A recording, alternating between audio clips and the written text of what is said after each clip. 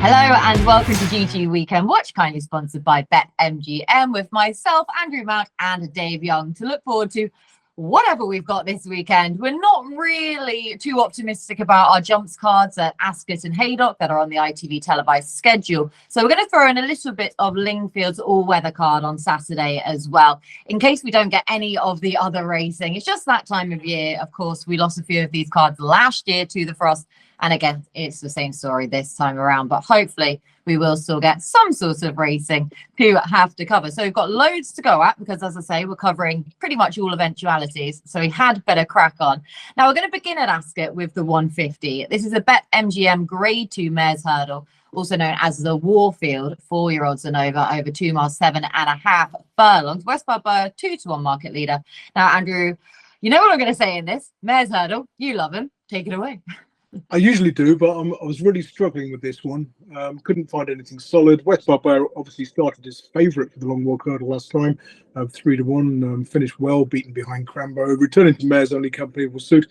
The nagging concern is that she does seem best in big fields off a strong pace. I know she won a 3-runner contest earlier this season at Aintree, but she's won twice in fields of 20 plus. So I just wonder how this is going to be run. Small field, usual tactical affair, could be tricky for her. So I was going to pass on this one. Over to you, Dave. Oh, Dave, there you go. Pick up that hospital pass. I mean, I don't mind it, to be fair. Andrew's accurate in what he's saying. This is good for the viewers because obviously we do preview these. Sometimes people will probably think that we're maybe just looking for the sake of a bet. But Andrew's right. This is an absolute minefield. It is a proper headache of a race. I'll get really frustrated with them trying Marie's Rock at 3 miles all the time, whether it's just because of the programme or they just look at it as an option to run her in there. I don't think she really stays it.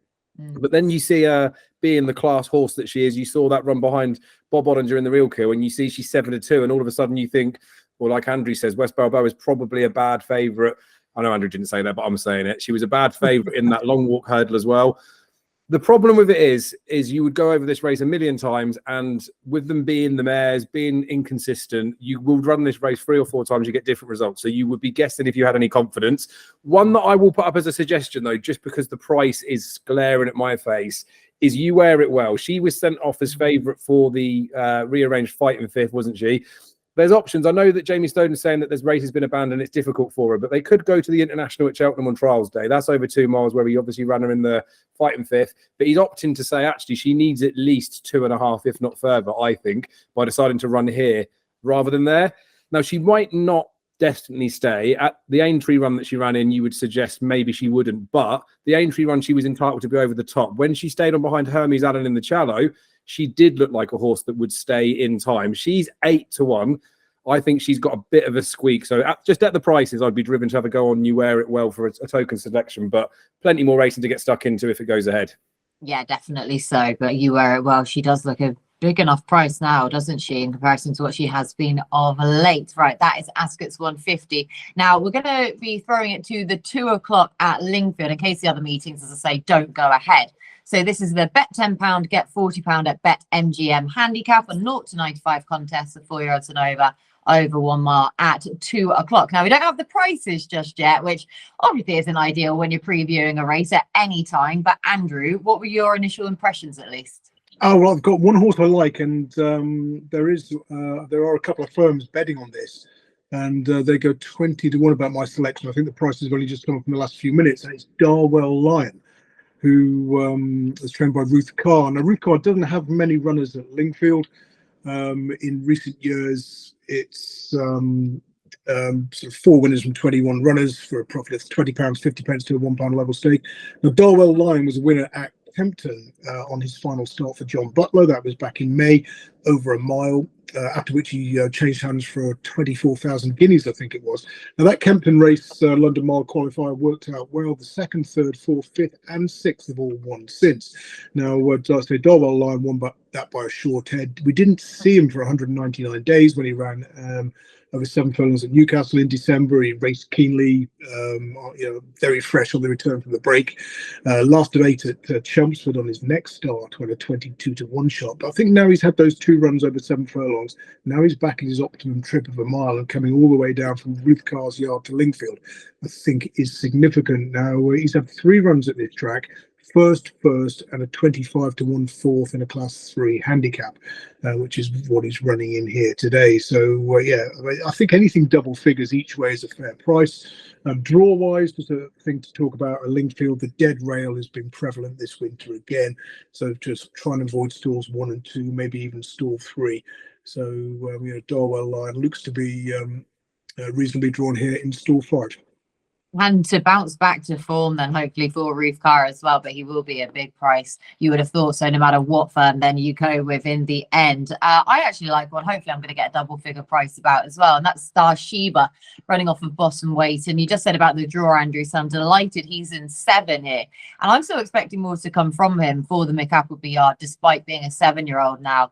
Only 3 starts for this yard after leaving David O'Mara, and he made a winning stable debut in December when he was dropped back to 6. Now, he has held his form well in those couple of subsequent starts, but he was up in grade for those runs, and he just didn't end up in the same results, even though he was running to a very similar level in those. But he's now down in grade, at least here, down £1. Also back to his preferred trip as well, £1 above that last winning mark over a course and distance he's previously won out. So Andrew and I going for a couple of decent enough swings then in that 2 o'clock at Lingfield. Right, an update on prices. 3 firms are betting on it now. They're all 12 to 1 about Star Sheba. Wonderful. I will take that for the each way play. So that is ideal. Thank you for that, Andrew. Right, back to the jump action now at Haydock this time with the grade 2 Supreme Trial Rossington Main Novices Hurdle for 4-year-olds and over just shy of 2 miles. 7 runners here, 3 to 1 the field. So Dave, what was the play?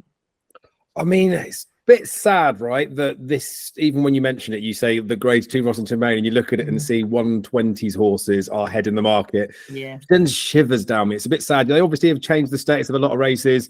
This could be in danger. However, there is a saviour in this race, I think. I can't believe the price. This is one that sometimes the price is too good to be true for the right reasons, but I'm ever the optimist, and I think there could be a graded horse in this race. The only one that could possibly be that is South of the Border for Nicky Henderson.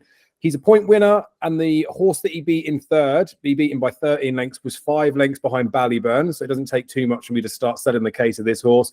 Bumper form's decent as well, ties in through Bob Robert or something like that, I think he's called. Rock House is in there. Cam Sinas. It's easy for you to say. Rock House was 3 to 1, I think, for the Persian War, and then Cam Sinas went and won a grade 2 novice hurdle around this track in November. So the form of that point form and the bumper form looks quite good. His first win over hurdles was pretty decent as well. He battered a horse that's now rated 121. So in the context of this race, I think he's miles better than anything else on potential. You would be forgiving that last run. The Winter Novices Hurdle at Sandown, it was really, really bad ground that day. He wasn't really travelling, but he was stepped up in trip. He's back down to 2 miles now, so that's a key part to remember. But also, Personal Ambition was well beaten in that race, and he dotted up a couple of weeks ago like a pretty good horse. So I would be more than confident that South of the Border is miles better than anything else in this race.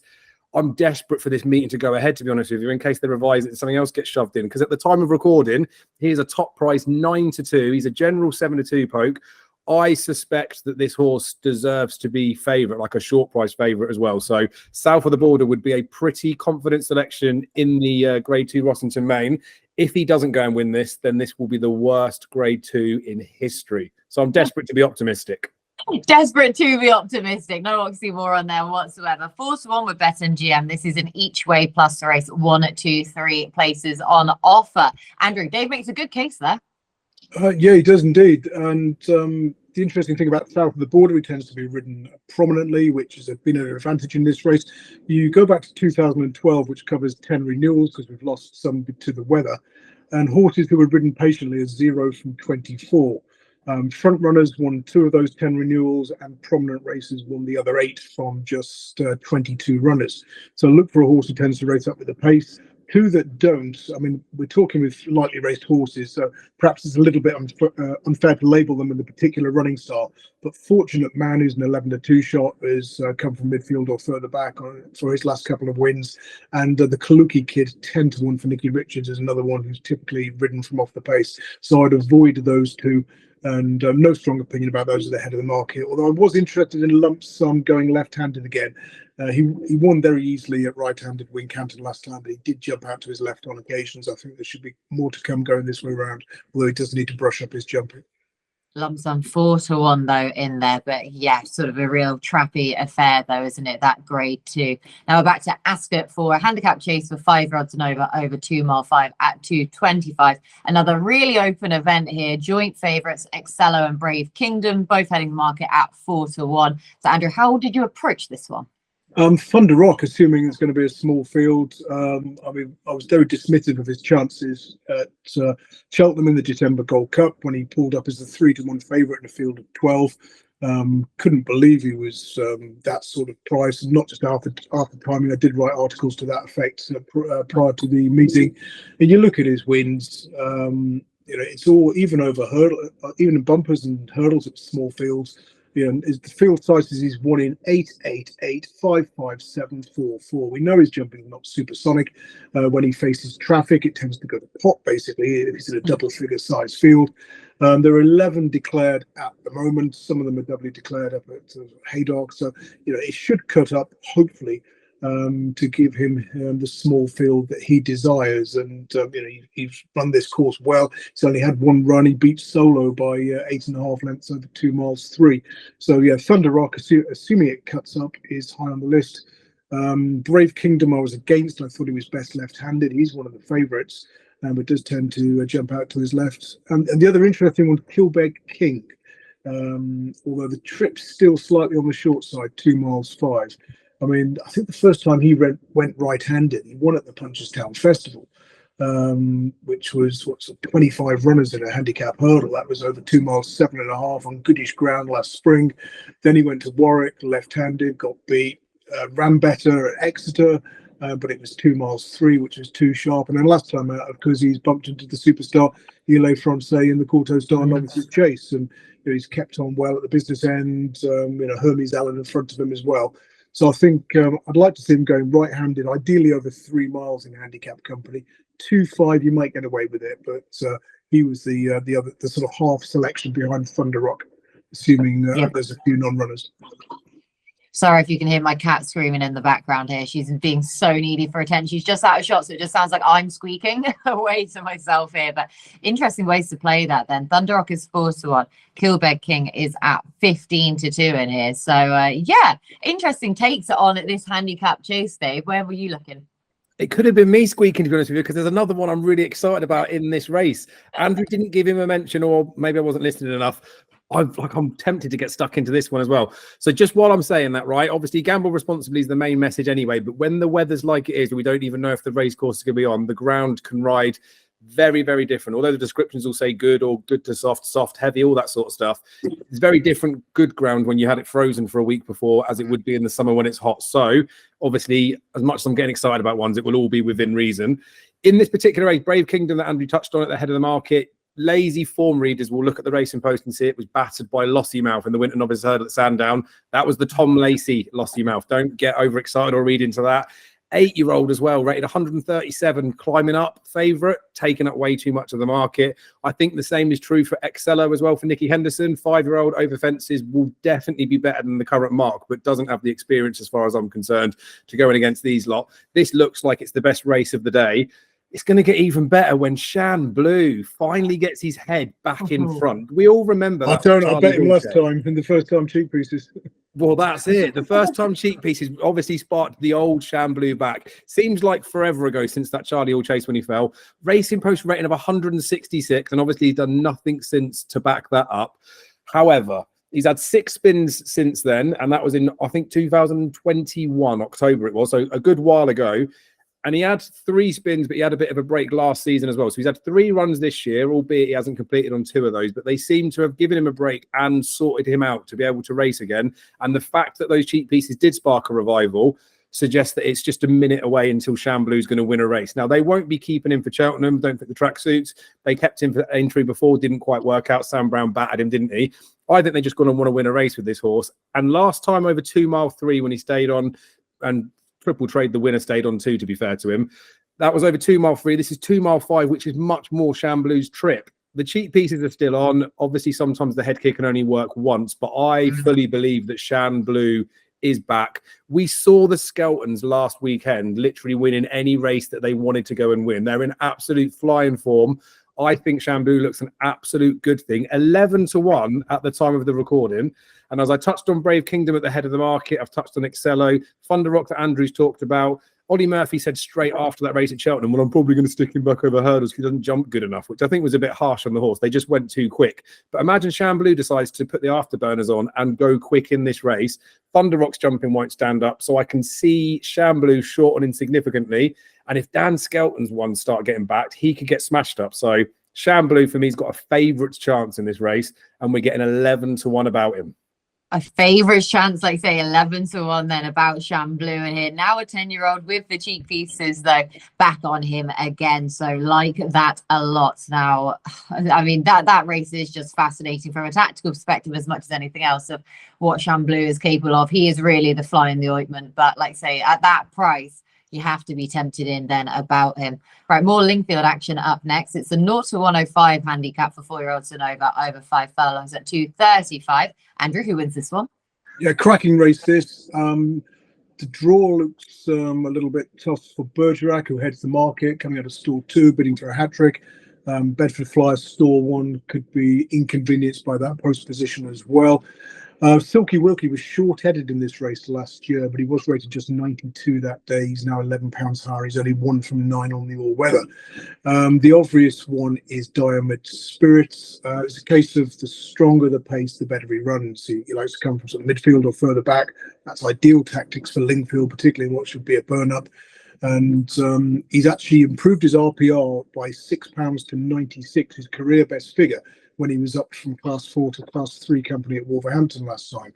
And the handicapper only put him up £3 for that. So I think it will be a case of the better the race, the faster they go, the better he'll run. And so, yeah, Diamond Spirit. Regular rider Marco Gianni goes to Wolverhampton, and Holly Dawn takes over, coming out of stall 7, happy with jockey and draw. And Zolzini's hard to win with, but it's blinkered first time and did win in first time cheap pieces back in April. So he might be the one for the forecast. And a clear point worth an honourable mention. Both previous defeats since joining Charlie Fellows have been followed by wins at 50-1 and 13-8. A 50-1 shot coming on the back of when I napped him the time before at Haydock, when he ran like a hairy dog on his stable debut. But yeah, so clear point, one I normally get wrong. So probably bolt up without my money on him. I was going to say, so watch out for clear points. Yeah, we'll put the mockers on him again with that bit of an Oxo pattern. And funnily enough, you can tell when Andrew then was clearly on him. So clear point potentially to spite him. Diamond Spirit with a solid chance there. And I totally agree, because of course we've seen this before with Diamond Spirit's profile from the Stuart Williams yard. These handicappers with him, when they get on a roll, there's no way of telling when their ceiling's going to be. And of course, Quinault being the flag bearer for that, but this side winning his last 4. And so he's got a bit to go really to reach that 6-win streak then that was achieved by Quinault. But he does have to sort of prove himself, I guess, that improvement at Lingfield somewhat, because those wins, like you've just said, Andrew, have come up Wolverhampton and Chelmsford. But he has run at Lingfield 3 times, winning over this course and distance, second over this course and distance, and then a lesser effort when last seen at this venue. But the manner that he won last summer out was a really likeable one. And I totally agree with you, where he finished off his race really well, as he tends to do after just getting outpaced. So if anything, I thought Lingfield should suit him that bit better than Wolves. So I'm with Diamond Spirit there at Lingers. Right, now this is taking an open race to another level at Haydock. This is a 0-140 handicap hurdle for 4-year-olds and over 3 miles at 240. 7-1 co-favourites of 3. So Dave, good little races. Yeah, it does look a good looking race, to be fair. I think Punta del Este is being nibbled, but the nibble that we're seeing at the moment is just because a lot more firms have priced up. He is going to be one, though, of a 2-pronged attack in this race. It wouldn't be one that I'd be getting overly excited from a betting perspective, but there's 2 that I think have got the potential to be very good horses. So I'd want to have a couple of quid on both of them. So Punta del Este is the first one of those. Bumped into one on his penultimate start in Spirit Danu, is a horse we'll talk about a little bit later on as well. But he fared better next time when they stepped him up a little bit in trip and actually looked like he turned a bit of a corner. That step up in trip seemed to have helped. They're stepping him up significantly again now, so over half a mile further in this instance. If that does actually spark out even more improvement, that's quite frightening to think how good this horse might be, especially in the context of a race like this. My big reservation is he might be a mudlark. He's been a non-runner on good to soft ground before, so tempers enthusiasm, but you'd trust that the trainer wouldn't run them, right, if the ground wasn't suitable. Yeah. So we'll leave it in Dan Skelton's capable hands, who I've already touched on is in flying form. Inox Allen's the second dart of that two-pronged attack for Lucinda Russell, Patrick Wadge. Not bundles of form to go on. There are quite a few of the horses in it that look a little bit more exposed, even though some might be progressive, like that Punta del Este. However, one is point to point, one is 2 starts under rules, and the last start actually ground it out and battled to win it. But they've given him a wind up. They've also put a tongue tie on, which would suggest to me, as an amateur, that maybe he made a noise or maybe didn't give it all in the finish and there was more to come. So the handicap has given him a rating based on the form in the book, but potentially he can be upgraded for that last performance. And the attitude to go and win when there may have been something amiss is massive for me. The fact they're sticking him in a handicap this quickly as well, given the fact he's only had 2 starts, would be a telling sign of, let's have a look and see what sort of mark we can get with him. And then actually, hang on a minute, he's miles better than this, so let's get him running. He's 12-1 at the time of recording. Punta del Este's top price 13-2. So I'll have a bit of money on each of those, wind dart onlys, and just hope that they've both got a lot more to come. Wind dart only, so we always like a brave play, and that is a good way to play this race, which just sort of is all over the place. As the markets now, I'm just looking at them, are starting to form themselves in some sort of order after it was just chaos when decks came out earlier on. But yeah, starting to form themselves in an order. And Dave has ordered his then, Andrew. How did you sort them out? Yeah, really tricky. I'm probably going to mention about half a dozen horses that Dave hasn't mentioned. I mean, our Sam, Jimmy Moffat, went close to winning this race last year. I think his horse was beaten half a length into second. Yard's been going really well, not just at Cartmel, where they tend to have a glut of winners. As I respect our Sam, I thought Alpha Philly, probably not for this race, but it's certainly fascinating going back over hurdles. Last time he ran over hurdles, he was second by a neck to third wind in the 2022 Per Temps final at the Cheltenham Festival. Not really taking to fences, particularly not at left the last time when he jumped out to his left on the right-handed track. On stable form, watch Lucinda Russell is 1 from 35 in the past fortnight. 34 consecutive losers since that winner. So Inox Allen is 3 from 3 though, including point form. As a front runner, has had a wind up since we last saw him. And this race, if you'd back the front runner in this race, I think you'd have been in the first 3 every year in the last sort of 6 or 7 years. So certainly worth bearing in mind if you're doing a place spot. Have a look at the pace map, see if one of them's likely to get loose on the lead. But I'm just going to vote for the old boy classic Concorde. 11 years old, he won at Huntingdon. Worcester off a mark of 94 in the summer in August. Since then, he's won 5 from 6. He's risen to a mark of 119. Last time out at Chepstow, he beat Geoffroy, who won the Per Temps qualifier last week at Warwick. And so I'd probably play Classic Concorde to small stakes. And I'd also have a forecast with the Felicia Williams runner, Tanganyika, who was 3rd in that Classic Concorde Geoffroy race at Chepstow. So yeah, they could finish 1-2, and at the current price is 7th and 16. You're probably going to get £100 for your £1 forecast or exacta bet. But yeah, the Felicia Williams yard is another one that's fairly quiet at the moment. But 16-1 Tanganyika, I wouldn't put you off. No, it wouldn't put you off with that price or whatsoever. And it is interesting on the front runner perspective that you said, because I also agree that I thought Inox Allen would be the one to go forwards and play Catch Me If You Can.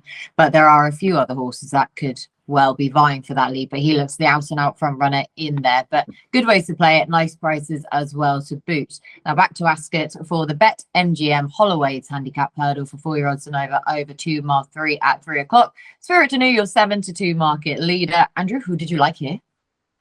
Sorry, where are we going? At 3 o'clock, Ascot. 3 o'clock. Sorry, I was heading to Lingfield there. Not at all. To be fair, we're chucking every race into the mix at the minute, so. Yeah, I didn't have a strong opinion in this race. I was half interested in Tiger Jet, given how well the Brian Ellison yard's going. Last 14 runners for this yard have produced 7 winners, and I thought he ran respectably behind White Rhino in a good race at Cheltenham's December meeting. So another sort of southern excursion for Brian Ellison, who tends to supply his trade up north. I'll just go small each way on Tiger Jet, but I've not looked at the race in enough detail to be confident. No, Tiger Jet though in there. I can see 11-1 about Tiger Jet. So yeah, I mean that wouldn't be a bad old way to play it anyway for the informed Gavin Sheehan taking the ride there. Dave, any stronger convictions on this one? Definitely not stronger convictions in it. It's a good looking competitive race, to be honest with you. This would be the classic one where you could run it a few times. I think you get different results, but it also might be one of those races where something will win so easily you look back and think, wow, why didn't I find that? Can't find that one, but that's what Spirit Danu did at Sandown, didn't he? Absolutely bolted up. Had flopped in the Masters hurdle before. There's a chance that away from Sandown and not on bad ground, this horse could flop again. So deserves to be favourite. Does look like he could be a potentially very smart horse, but could be dependent on conditions. There's two that I'm going to mention.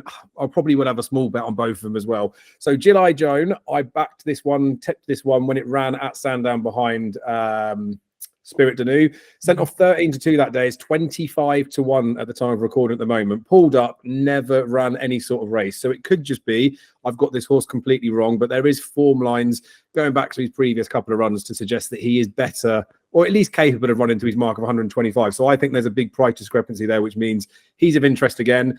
Another one at a big price, this is probably more in memory of Matty, he's still with us, don't worry, is Sans Bruit for Paul Nicholls. We're supposed to run at Sandown. We did our first weekend watch of 2024, and he touched on this horse as a potential Coral Cup horse for Cheltenham. Now, key thing when horses are ready to run and then they don't is that they were ready to run. So this horse will have had 2 weeks since it was due to run on a race course. Not saying that they would have held anything back or they would have necessarily done loads of extra work, but if it was ready to do itself justice 2 weeks ago, 2 weeks on from now, it's only going to run a little bit better. So he's a top price 14-1 at the time of recording. Might be a horse for further down the line, might be one for the spring, but when they're that sort of price, you can back them every time they run for the rest of this season, 3 or 4 times, and you'll get some sort of return at some point. So it would be frustrating to watch Sans Bruit dot up at 14-1, just waiting for him for another day. So I would be betting both G.G.I Joan for following it in from last time, the lemming mentality, and then Sans Bruit for the hopefulness that this horse one day will click. And I just want to be on now. Leamington? No, that's the race we had at Warwick the other day. Lemming mentality. There you go. Lemming mentality, or not willing to miss out. Then Sans Bruit, like I say, Massey Sutcliffe, very much still alive and with us. But yeah, we're thinking of you, Massey, with this horse. And if he goes close here, it's going to be interesting to see what he then does further down the line. This will be his first start, though, for Paul Nicholls. Finally, we got there with him. Right, now we are heading to Lingfield's feature on Saturday. This is the Best MGM Winter Oaks Fillies Handicap, a 0-105 contest for 4-year-olds and over 10 furlongs at 310. So, Andrew, which of these fillies comes out on top? Yeah, unfortunately, I'm sort of positive about half the field, particularly behind the scenes. 2 from 2 on the all-weather and single-figure lineups. Tends to meet trouble when there's plenty of runners. Fairly good efforts in big fields in listed company on Polytrack the last twice, 4th of 12 at Dundalk, and then 6th of 15 at Darwell last time out. So I thought behind the scenes, 8-1, I think I've seen, was fair enough. Eleanor Cross was on the radar, the outsider of the field. She did too much too soon, went 3rd here last time out. But again, if she goes forward, that would be a worry on a track that's generally favouring those who come from off the pace. Storymaker is very much like Diomed Spirit. We talked about earlier on. She's probably going to be a better horse and a better race because they'll go faster, and that will suit her come from behind style. She's 4 from 4 since fitted with this tongue-tie blinkers combination. And Tommy Jakes has been good value for his £7 claim of late, riding a lot of winners for Linda Perrott at Newcastle. So it's good to see him get a good opportunity like this as well. And Twirling was one that I would normally be worried about, a front runner drawn in store 1, but a certain Ryan Moore takes the ride for last year's winning yard. And Ryan Moore's only had, I think, 14 rides from store 1 at Lingfield in recent years, but he won on 5 of those for a profit of £3.52. So if there's anyone who knows how to get the horse off the rail and get it with a winning run and change tactics, it'll be him. So Twirling was beaten at as favourite last time out, but she's a bigger price than I thought she'd be here. I looked at the race before pricing it up, before I was deciding on my before seeing any prices, sorry, I should say, and expecting it to be sort of 3-1 or something like that. So I thought 6-1 with Ryan Moore, and he's taking a bit of a chance. So I'll go behind the scenes 8-1, but yeah, Storymaker, Twirling on the radar as well. Also then on the radar, but behind the scenes, therefore the main play. I'm being quite unoriginal again. I'm assuming with Oh So Grand. I haven't got the prices actually there, Andrew. If you've got the price for Oh So Grand. 100 to 30 favourite. Yeah, that's. I mean, that's okay. I was hoping for 4, so I'll take 100 to 30 then. And hopefully it won't get too much shorter because it is a wide open contest. But yeah, I think she's capable of bringing up the hat trick in this race. She just continues to progress with each and every one of her runs. Cracking strike rate, 4 from 7 in her career, 3 from 4 on the all-weather. £4 rise for winning the trial for this race. I think is very fair. And obviously following the same route as last year's winner, Pagaille, who won the trial before the main event, and also similar to Pagaille, she was also bidding for a hat-trick in this race, and from the Simon and Ed Crisford yard as well. Now, of course, I know that they have the other runner in here in Twirling, but Oh So Grand, I think, represents on paper their main play then for this race. So the team know how to win this, and as judged on the LPR that she posted last time out, it still suggests that there's a fair bit more mileage in her mark yet. So 130, I will take that about Oh So Grand. Right, from the all-weather to proper staying chasers now. This is the Peter Marsh handicap chase, a premier handicap for 5-year-olds and over 3 mile, 1.5 furlongs. Royal Pagaille is back again after he won this race in 2022 off of top weight, in 2021 off of top weight. So Dave, he's back for more. Funnily enough, he's off of top weight again. Can he do it? Definitely. I've used a weird analogy in my write-up for this one, right? And it wasn't just because I was hungry, but like Royal Pagaille and Haydock go together like peanut butter and jam, don't they? Like they are just a match made in heaven. Three of his last 4 RPRs are in excess of 171 around this track over course and distance. The only time he didn't post one of those ones in those last 4 was 163 behind a Plutard, and the Plutard would have beat Galloping de Champ that day. It was an outstanding performance. So Royal Pagaille here, we know, doesn't need that much of a talking about. If you actually think about it, though, 2 to 1, 15 to 8, I can see when we're recording this, is where I'm going to use the food analogy, right? Which will probably annoy a few people, but is the easiest way to explain why I think he's still very good value. Famous Bridge has been progressive this season, up £11. Last couple of wins have come over course and distance. So you could say that he is the other variety of jam, right? Haydock is the peanut butter. They both obviously like it here. But if you could get the top brand, Royal Pagaille is that top brand, the absolute creme de la creme, the best jam you could possibly like, but you could get it for a reasonable price. It's on special offer. That's what the 2 to 1 represents for my mind. And I would say that Famous Bridge, as much as he would be a lovely substitute at the price that he is, no one should be purchasing him over Royal Pagaille. Royal Pagaille at 2 to 1 looks an absolute good thing in the Peter Marsh handicap chase. And if the Haydock Betfair chase that they've just raced is anything to go by, they backed him. They well supported him from 8 to 1 into 5s close to the off. There's no way he goes off at 2 to 1. He'll go off shorter than that, probably as close to an even money favourite, I'd imagine. So Royal Pagaille at the prices is the top brand jam you need to buy. What is your favourite type of jam? Seedless. Seedless strawberry? Oh, of course, strawberry. Yeah, obviously. Obviously. So what, are we saying Famous Bridge is more raspberry then? Maybe. I think Famous Bridge is just is Morrison's own strawberry seedless jam. It's really nice. Like you wouldn't really know the difference, but the fact that you can have the top stuff just makes you feel a little bit smug, doesn't it? Knowing you're sat with a little 2 to 1 docket on Royal Pagaille when he goes off at even money, regardless of the result. Yeah, like I say, and the fact that maybe you'd be getting a club card price about it as well. I love this analogy. More food analogies. I'd say he's probably more Bon my man if I was to put a brand on Royal Pagaille's chances then in here. Right, Andrew, favourite jam? Would you go raspberry or strawberry? And how do you relate that back to a horse? I'll go strawberry, I think, on the scone, but don't ask me what to put on first, the cream or the cream or the jam. As a Cornish person, yeah, I was going to say we'll start an argument. So yeah, the bacon sandwich is on me if Royal Piggy wins. So I think, I mean, like Dave says, he's the modern day Bristol de May. He's had 5 runs at Haydock, 4 wins, a second to Plutard, who went on to win the Cheltenham Gold Cup in the same season. Absolute superstar. You could say Protectorat was underperformed last time, but you still can't really fault him.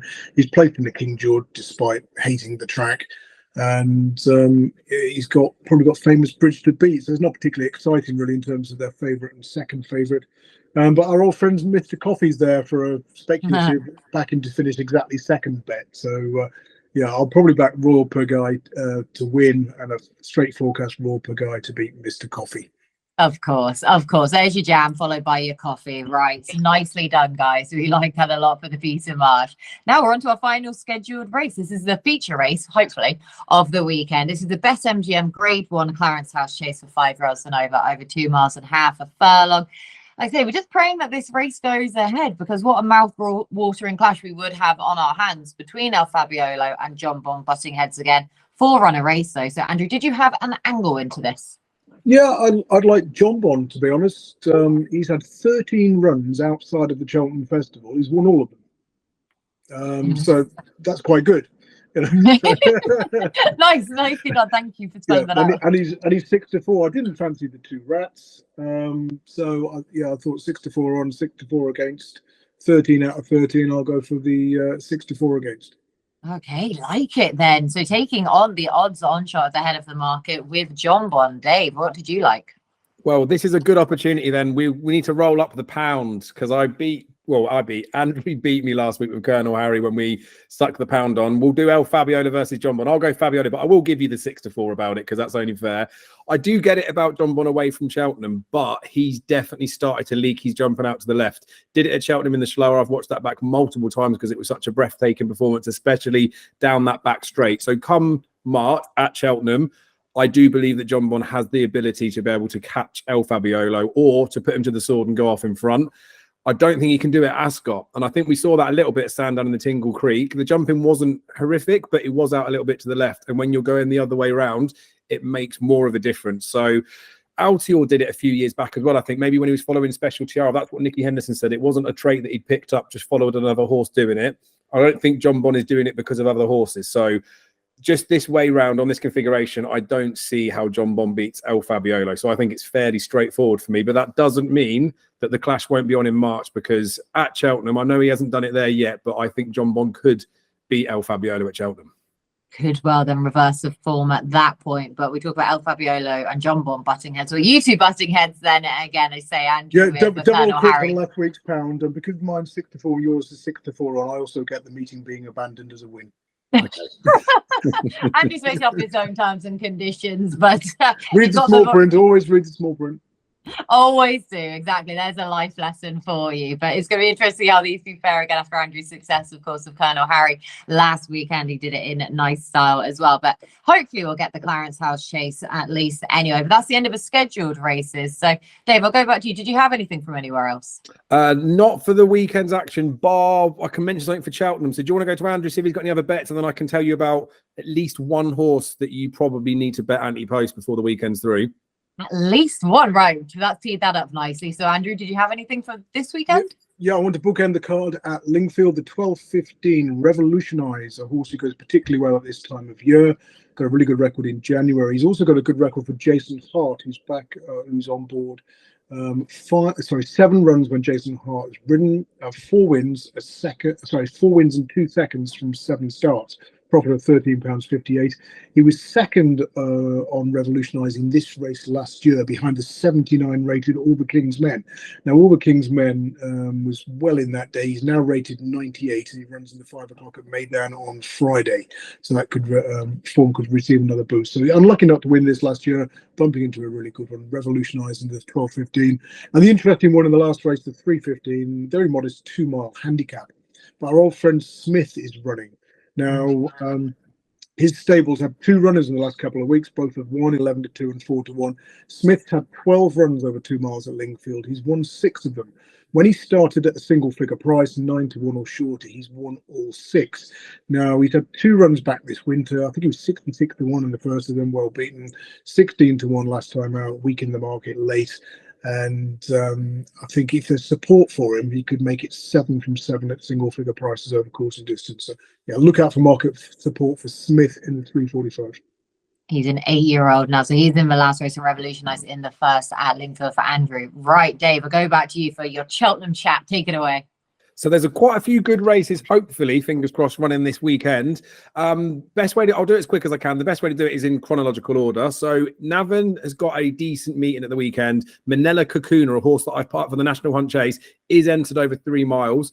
He's going to get qualified for the race. He's going to go on to win it. So if you haven't already got him in your book, I would strongly advise having a look at Manila Kakuna for the National Hunt Chase. In that race, he's got horses like Sandor Clegane and Senior Chief in there. Those would be good potential yardsticks and other horses that I think people are looking at for the National Hunt Chase. So go have a look at that, see how the race pans out.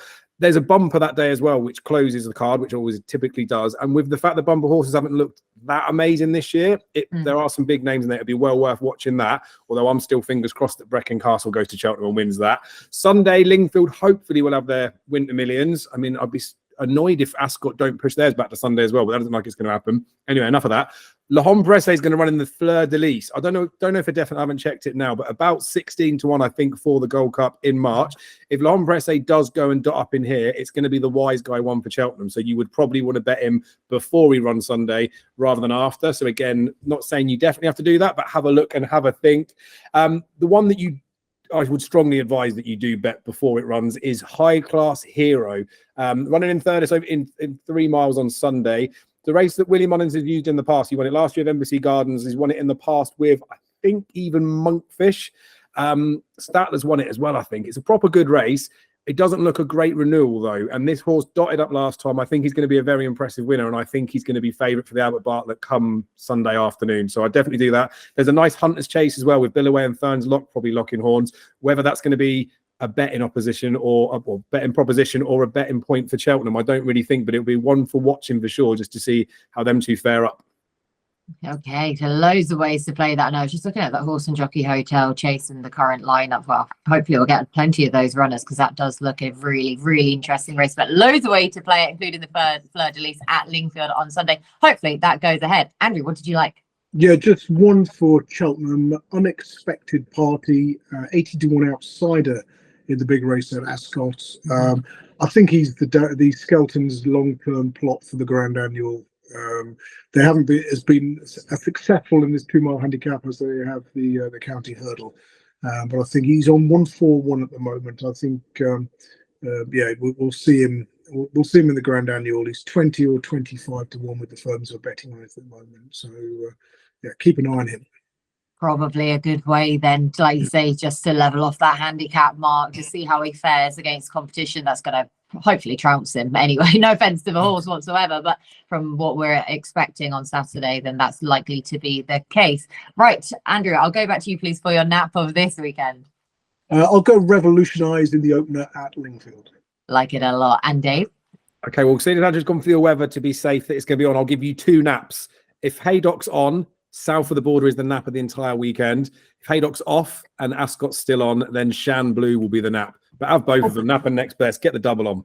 Yeah, get the double on then. Chamblou about 11-1, and then hopefully South of the Border will prove himself in that Grade 2 contest against, well, potentially inferior rivals as well. I'm playing it safe. I'm going to go ISO Grand in the 310 in the Winter Oaks Fillies handicap then for my own nap. But that's everything from us on this week's show. So big thank you to Andrew and today for all of their hard work and their adaptability as well, because we kind of just chucked everything at them. We're chucking enough at the wall. Hopefully some of these races will actually stick this weekend, and the weather will play ball to a large extent anyway. But whatever goes ahead, best of luck with your bets this weekend. Make sure you bet with BetMGM, our very kind sponsors, and we'll be back with you again next week.